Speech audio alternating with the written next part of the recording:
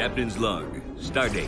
National Donut Day. Friends, we're back discussing Futurama this week, Season 11, the Hulu revival season up to Episode 8, this one entitled Zapp Gets Cancelled. Now, there will be spoilers ahead, so consider this your final warning if you're not into those. Otherwise, we're cracking on with the show. This episode, Zapp Gets Cancelled, is probably the second most contentious episode title I had when the season was first announced. It was the one outside of the Rage Against the Vaccine episode that I felt was possibly going to be far too topical and deal way too heavily with modern current topics. And I have to say that, well, it did deal with cancel culture, at least to certain extents. For whatever reason, this episode in and of itself, for the first time since the show came back, just felt like I was slipping back into the old Futurama. So if you haven't been following along with my videos, I have felt that since Futurama came back, it has been slowly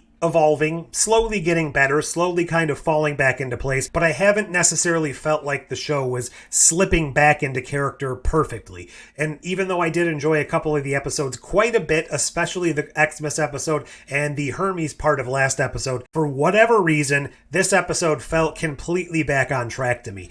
It was very smooth from start to finish. It wasn't filled with kind of stilted feelings like the very first couple episodes of the revival were. The voice acting kind of felt better than it has in some instances. And all of the storylines just worked. They meshed together. They went from beginning to end smoothly. And I guess that's just what I have to say in general. Smooth was the way this episode felt. And I don't mean that in a, hey, you smooth. I mean that in a, everything just kept rolling. There weren't any hiccups. Their A, B, C plots, they all worked well together. There wasn't any wasted time. There wasn't any real, I don't know. This just hit all the right notes for me. And that's especially surprising considering this is dealing with cancel culture. At least that's what it is on the surface. But that's not really the main point of the storyline. That's how we get the main point of the storyline, but that's kind of maybe the B plot going on here. So we kick things off with Zapp doing his typical stuff. It was actually really cool. He was up against a ship made entirely of fire with a race of beings made completely out of fire. That's something cool. That's something Futurama does. This is presenting the wider world, the wider universe of Futurama that's kind of been lacking in the revival up until now. He is abusing Kif, which is kind of the go-to shtick we've seen with Zapp from the very beginning, but Kif has now had enough, which kind of makes a little sense considering he's recently become a father in this season, even though that wasn't really touched upon here. That absolutely did make sense with his character growth, so kudos on them for doing this now. So Zapp ends up getting the big old cancel C put on his chest, which is kind of a scarlet letter type allegory, I suppose you could say, but it was nice to see that it wasn't treated necessarily in the manner that you would think. It's not like a modern day, oh, he's been canceled, people are attacking him on the internet. It's treated as kind of a matter-of-fact courtroom decision where you have to go to trial to see if you are going to be canceled, and then cancel actually only means you wear this C while you go to a 8-hour class of some sort, and then you come out rehabilitated on the other end. At least that's what it seemed. So it was a nice twist on it. It kind of became a matter-of-fact part of society in this Futurama series, which definitely feels better than the pandemic thing from last week where they didn't really do any new twist on the whole COVID thing. They just basically completely lifted it and just repurposed it. They actually did a little bit of a twist here, and I like that. But that was only furthering the ability of the story to get to Fry, Leela, and to a lesser extent Bender joining Dupe to take on one of the ships because they needed a replacement,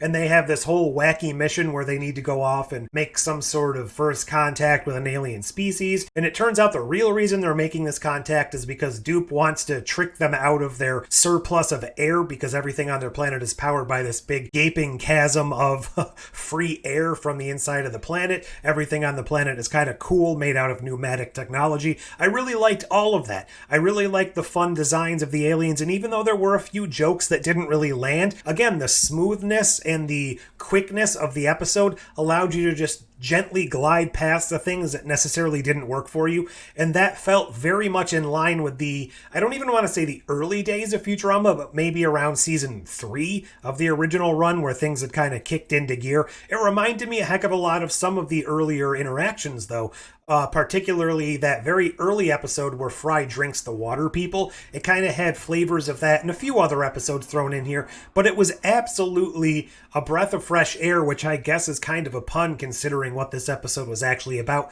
to just have this grand adventure. The storylines tied in. We had Zapp and a new robot character, and there was another woman from Dupe, and I think, I didn't check this, I was planning to, but I forgot. I think the guy who we are supposed to believe was the rehabilitator or the person in charge of this cancel class was actually played by Mark Hamill. I'm not entirely sure there, so I'm sure people will correct me if I'm wrong, but I thought that was a good character. Turns out that was actually somebody who was supposedly one of the other canceled people who was supposed to be going to the class. He took it over. Kind of had shades of Roberto in there, but I digress. It was a good character. He got his comeuppance in the end. It made sense with the dovetailing at the end of the species they were making contact with. They used inappropriate touching as part of their cultural ways. Instead of a handshake, they just kind of grabbed you and poked you and prodded you and stuff, so he was an inappropriate toucher. It made sense. It was a good dovetailing of those two, I guess, disparate story arcs. And then at the very end, we realized that because they wanted to make this shady deal with the people, Leela and co weren't really up to the task. They were there just for as a means to an end. They end up reinstating Zapp. They actually give Leela the Medal of Valor and then give her a dishonorable discharge because she wasn't up to Dupe standards, because Dupe is shady. I really liked all of those things, and it was fun to have this fancy, wonderful storyline going on with them joining Dupe, which has happened one or two times before, but then because of the outcome of the storyline, everything basically goes back to the status quo. It hits the reset button, but not in a way that really makes it feel like the episode didn't have weight and didn't matter, and it actually did have a little bit of long-lasting implication, because at the very start of the episode, we see that Leela is very much feeling like she's in a dead-end job, and she's not feeling confident with herself, and she's kind of a little ho-hum, I guess you could say. But at the end of the episode, she's actually learned to enjoy her life and what she has because of the experiences she underwent with this whole Dupe storyline. And it was good to see some of the callbacks. Kif and his family were shown, if not really part of the storyline. It was still nice to see them, to realize that there are long-lasting status changes and implications to the universe. The other thing, and I know I've mentioned this in my other videos a little bit, it does seem like they've just completely dropped the time skip. I guess I don't have a huge problem with that. I just would have preferred if they dealt with that a little bit more directly throughout the course of the episode, or the season, I guess you could say. The smelloscope gag here was pretty cool too, although they've used it a couple times this season, so I'm hoping they're not going to overuse it. One thing I would like to see is Zapp and Calculon get together. I think the only other thing I would like to see them address that hasn't been addressed yet this season is the whereabouts of Zoidberg's girlfriend. There were a few doozies of occasions to reference her or to bring her into the show, or at least mention what happened to her. Specifically, I came up after the fact last episode, the COVID episode, the fact that they could have played upon the whole losing your smell part of the virus, and she was a character who was originally introduced without the ability to smell until Zoidberg fixed her. That could have been a prime use of her, to bring in somebody who is familiar with the inability to smell and to now help people deal with that. Obviously, the real reason she's probably not in the show is A, the actress is too expensive, and B, the only reason she was introduced was because the show was ending and they wanted to give Zoidberg a happy ever after. Just a reference to that would kind of assuage some of my feelings. But that's just my thoughts. Brief as they are, rambly as they are, what did you think of this episode? I actually think, out of the episodes we've seen so far, the Xmas episode